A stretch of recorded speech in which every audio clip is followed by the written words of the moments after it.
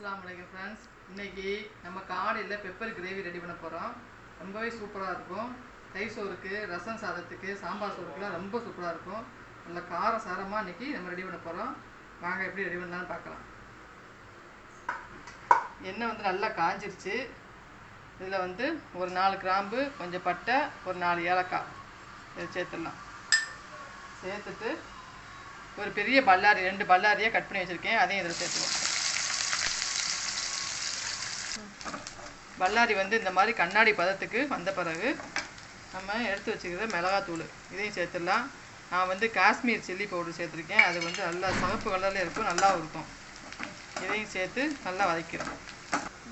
இது கூட நம்ம காடையை சேர்த்துருவோம். மஞ்சத்தூள்லாம் சேர்க்க வேண்டாம்.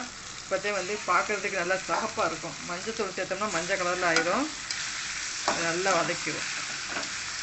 இந்த மாதிரி நல்லா மிக்ஸ் பண்ண பிறகு கொஞ்சோண்டு பட்டை கிராம்பு பொடி இதில் சேர்த்துக்குவோம். ஏற்கனவே நம்ம பட்டை கிராம்பு முழுசு போட்டிருக்கோம், இருந்தாலும் கொஞ்சம் சேர்த்தோம்னா நல்லா வாசனையாக இருக்கும். இதையும் நல்லா மிக்ஸ் பண்ணி விட்டுட்டு இதுக்கு தேவையான அளவு நம்ம தண்ணி சேர்த்துடலாம். தேவையான அளவு தண்ணி சேர்த்துருவோம். ரொம்ப தண்ணி சேர்க்க வேண்டாம். இது வந்து சீக்கிரம் வெந்துடும் காடை, அதனால் கொஞ்சமாக தண்ணி சேர்த்துருவோம். நான் இப்போ போட்ட பட்டை கிராம்பு பொடி வந்து நான் வந்து வீடியோவை போட்டிருக்கேன், நீங்கள் அதை போய் பார்த்துக்கோங்க. பட்டை கிராம்பு பொடி மட்டும் போட்டால் போதும். பிரியாணிக்கு வந்து அது மட்டும் போட்டு செஞ்சால் போதும், வேறு எந்த பொடியுமே சேர்க்க தேவையில்லை. பிரியாணி ரொம்பவே டேஸ்ட்டாக இருக்கும். உங்களுக்கு தேவைன்னா நீங்கள் அதில் போய் பார்த்துக்கலாங்க. உப்பு போட்டுக்கிறோம், அவ்வளோதான். இதை வச்சு மூடி வச்சிடலாம். இஞ்சி பூண்டு போட மறந்துட்டேன், சாரி. இதை கொஞ்சம் சேர்த்துக்கங்க.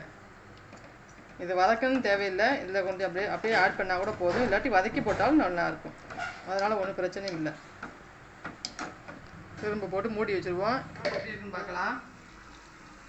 தண்ணி எல்லாம் ஓரளவுக்கு வத்திருச்சு. இதுக்கப்புறம் வந்து நம்ம மிளகும் சீரகமும் நம்ம மிக்சியில் வந்து 1-2 திரித்து இதில் சேர்க்க போகிறோம். அதை நம்ம சேர்த்துடலாம். இதில் காரத்துக்கு தகுந்த மாதிரி மிளகு சேர்த்துக்கோங்க. ஏன்னா அதில் கொஞ்சம் நம்ம மிளகா பொடி சேர்த்துருக்கிறதுனால காரத்துக்கு தகுந்த மாதிரி சேர்த்துக்கோங்க. அதுக்கப்புறம் கொஞ்சமாக சீரகம், நம்ம மிளகு எவ்வளோ சேர்த்துருக்கோமோ அதில் பாதி நம்ம சீரகம் சேர்த்தா போதும்.